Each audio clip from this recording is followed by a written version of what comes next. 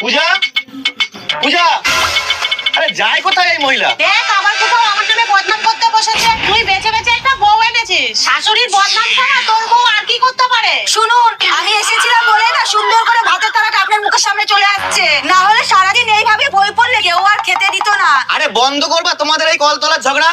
এই নাও ছেলেকে ধরো। বাহ, 10 মিনিট রেখেছে কিনা রেখেছো, অমনি দেওয়ার জন্য ব্যস্ত তাই না? এমনি এমনি দিচ্ছি না, প্যান্ট ভিজে গেছে তার জন্য দিচ্ছি। নাও। তুমি এত বড় হয়ে গেছো, তোমাকে এখনো প্যাম্পাস পরিয়ে রাখতে হবে? হিসি পেলে বলতে পারো না? কই, প্যান্ট তো শুকনোই আছে।